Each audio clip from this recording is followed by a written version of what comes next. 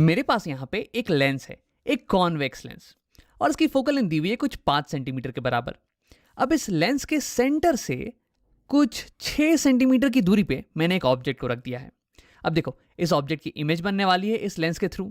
अब इस वीडियो में हम ये पता लगाने वाले हैं कि एग्जैक्टली कितनी दूरी पे इसकी इमेज बनने वाली है, एग्जैक्ट डिस्टेंस क्या होने वाली है इमेज की।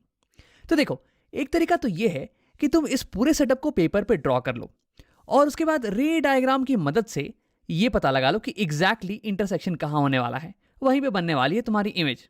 अब उसके बाद तुम एक स्केल का इस्तेमाल करना और फिर ये कैलकुलेट कर लेना कि एग्जैक्टली कितनी दूरी पे ये इमेज बन रही है। लेकिन देखो यार, ये तो बहुत ही लंबा चौड़ा प्रोसेस हो गया, इसमें तो बहुत ही समय लगने वाला है।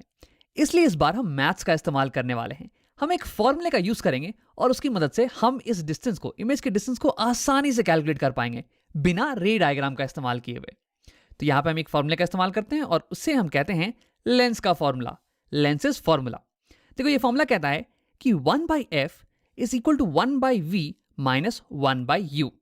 अब देखो, यहाँ पे f ये रिप्रेजेंट करता है फोकल लेंथ को, फोकस की दूरी यहाँ लेंस के सेंटर से, और फिर v ये रिप्रेजेंट करता है इमेज के डिस्टेंस को, कि इमेज कितनी दूरी पे है यहाँ लेंस के सेंटर से, और u ये रिप्रेजेंट करता है ऑब्जेक्ट के डिस्टेंस को, कि ऑब्जेक्ट कितनी दूर पे है यहाँ लेंस के सेंटर से।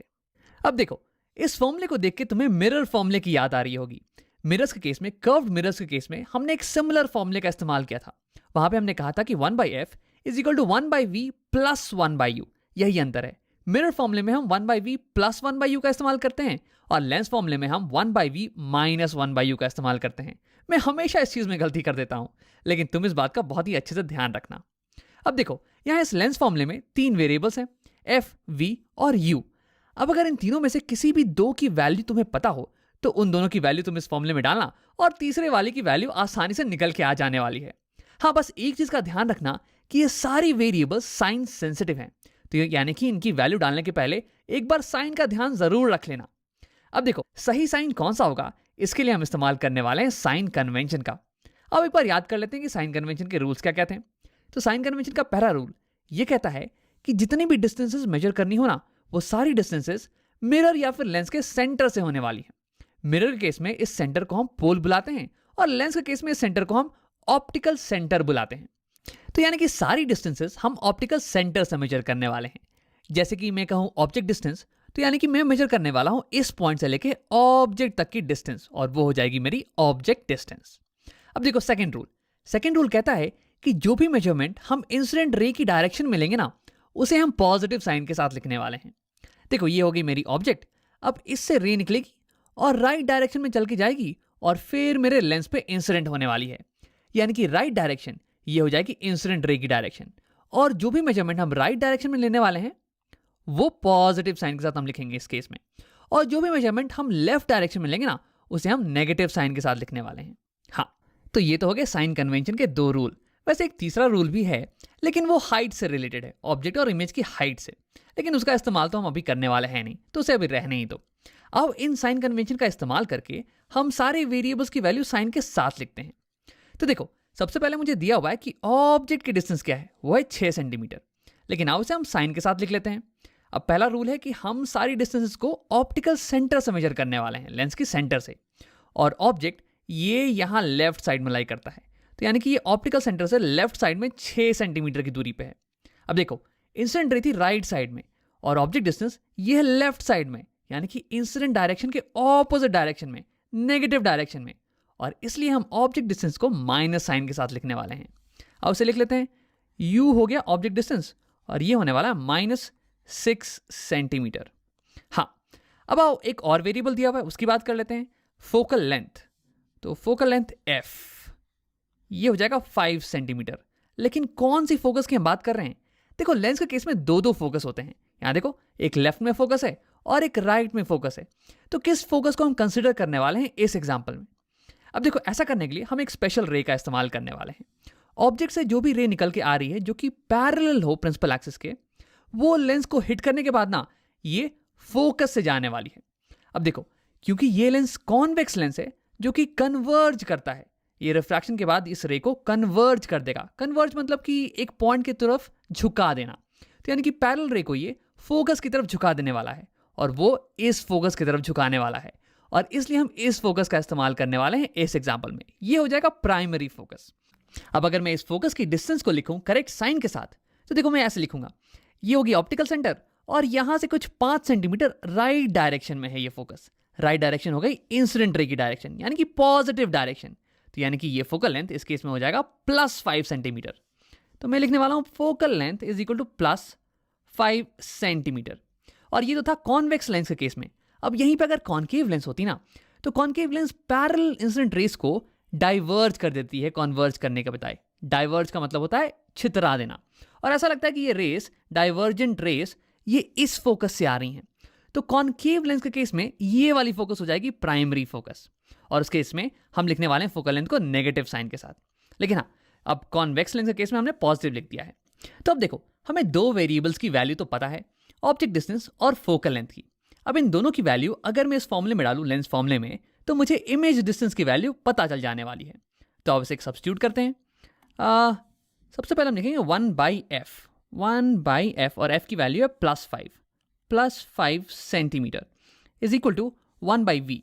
अब देखो v की वैल्यू तो हमें कैलकुलेट ही करनी है, तो इसे मैं ऐसे ही लिख देता हूँ 1/v minus 1/u object distance, और u की वैल्यू है -6 सेंटीमीटर। -6 सेंटीमीटर। वैसे मैं यहाँ पे सेंटीमीटर नहीं लिख रहा हूँ क्योंकि सारे जो वेरिएबल्स है ना, इनकी यूनिट सेंटीमीटर ही है। तो यानी कि v की जो फाइनल वैल्यू आएगी ना, वो सेंटीमीटर में ही आने वाली है। अब आप इसे सॉल्व कर लेते हैं, या माइनस माइनस ये प्लस हो जाने वाला है। तो इसे मैं नीचे लिख लेता हूँ 1/5 is equal to 1/v plus 1/6 हो जाएगा ये यहाँ पे +1/6। अब देखो, हमें कैलकुलेट करनी है v की वैल्यू, तो मैं क्या करूँगा, 1/v को एक साइड पे रख लूँगा और ये 1/6 को यहाँ ले आने वाले हैं। और इसके लिए मैं इक्वेशन के दोनों साइड से -1/6 कर देने वाला हूँ। -1/6 तो इक्वल टू के लेफ्ट हैंड साइड पे हो जाएगा 1/5 और यहाँ पे आ गया -1/6। -1/6 इज इक्वल टू, ये राइट साइड पे 1/v तो था पहले, अब यहाँ भी हमने कर दिया एक -1/6, तो ये +1/6 और -1/6 कैंसिल आउट हो जाने वाला है और केवल बच जाएगा 1/v। अब आप इसे सॉल्व करते हैं, तो यहाँ पे हमें बराबर डिनोमिनेटर लेना है, तो हम क्या करेंगे, एलसीएम ले लेंगे यहाँ पे। तो एलसीएम ये हो जाने वाला है 6 और 5 का, ये इसे मैं यहाँ लिख लेता हूँ, 6 5 का एलसीएम हो गया 30। ठीक है, फिर 5 × 6 कर देंगे तो 30 हो जाता है ना। तो यहाँ पे मैं ×6 ऊपर नीचे कर देने वाला हूँ, ×6, तो यानी कि न्यूमरेटर में आ जाएगा 6 माइनस, और यहाँ 6 इसे 30 करने के लिए ×5 करना पड़ेगा, ×5, तो ऊपर भी ×5, तो यहाँ पे आ गया 5, और 6 - 5 ये हो जाता है 1। तो 1/v इसे मैं यहाँ लिख लेता हूँ, 1/v इज इक्वल टू 1/30। अब अगर इसका मैं रेसिप्रोकल ले लूँ तो मेरे पास आ जाएगा v इज इक्वल टू 30, और यूनिट्स ये तो सेंटीमीटर ही होने वाली है क्योंकि फॉर्मूले में सब कुछ सेंटीमीटर में ही था। अब इसे बॉक्स कर लेते हैं क्योंकि हमने अपनी इमेज डिस्टेंस ये कैलकुलेट कर ली है। हमारी इमेज डिस्टेंस आ रही है 30 सेंटीमीटर, यानी कि हमारी इमेज ऑप्टिकल सेंटर से कुछ 30 सेंटीमीटर की दूरी पे बनने वाली है। लेकिन किस साइड पे, राइट साइड पे या फिर लेफ्ट साइड पे 30 सेंटीमीटर? देखो, ये पता करने के लिए हमें यहाँ पे साइन चेक करना पड़ेगा। हमारी इमेज डिस्टेंस यही है +30, और अगर इस डायग्राम में देखो तो प्लस ये तो राइट साइड को डिनोट करता है ना, तो यानी कि हमारी इमेज ये राइट साइड पे बनने वाली है 30 सेंटीमीटर की दूरी पे। अब देखो, एक बार जब मैथ से तुम्हें आंसर आ गया उसके बाद रुकना मत, जल्दी से एक रफ रे डायग्राम बना लेना और उसमें ये चेक कर लेना कि तुम्हारे डायग्राम में जहां पे इमेज बन रहा है ना, वो लगभग वहीं पे है जहां पे कि हमारी मैथ्स कह रही हो। जैसे कि हमारी मैथ्स बोल रही है कि इमेज बनना चाहिए +30 सेंटीमीटर पे, और हमारा डायग्राम ये कह रहा है कि इमेज प्लस साइड में तो बन रही है और लगभग 30 सेंटीमीटर पे ही बन रही होगी। तो हाँ, अब यहाँ पे चीज़ें बिल्कुल ही सही हैं। देखो, ऐसा मैं इसलिए सजेस्ट कर रहा हूँ ना, क्योंकि अक्सर मुझसे ये गलती हो जाती है कि स्टार्टिंग में मैं साइन कन्वेंशन में कुछ गड़बड़ कर देता हूँ, या फिर यहाँ कैलकुलेशन में मुझसे कुछ सिली मिस्टेक हो जाएगी, और फिर जो आंसर आएगा वो बिल्कुल ही अलग होने वाला है, गलत होने वाला है।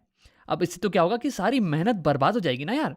तो देखो, ये 10 सेकंड में मैं एक रे डायग्राम बना लूंगा और फिर ये मिला लूंगा कि लगभग सेम जगह पे इमेज बन रही है। इससे मुझे थोड़ा कॉन्फिडेंस आ जाता है। हाँ, तो देखो, इस वीडियो में हमने ये देखा कि अगर मुझे इमेज की लोकेशन एग्जैक्टली बतानी हो ना, तो उसके लिए एक फॉर्मूला है, लेंस फॉर्मूला, जिसे कि मैं किसी भी लेंस के केस में यूज कर सकता हूँ। ये formula focal length, image distance और ऑब्जेक्ट डिस्टेंस, इन तीनों को रिलेट करता है। इन तीनों में से किसी भी दो वेरिएबल की अगर वैल्यू तुम्हें पता हो तो तीसरे वाले की वैल्यू तुम आसानी से कैलकुलेट कर सकते हो। लेकिन हाँ, साइन का खासकर ध्यान रखना, सही साइन कन्वेंशन के साथ ही इन सबकी वैल्यूज को डालना।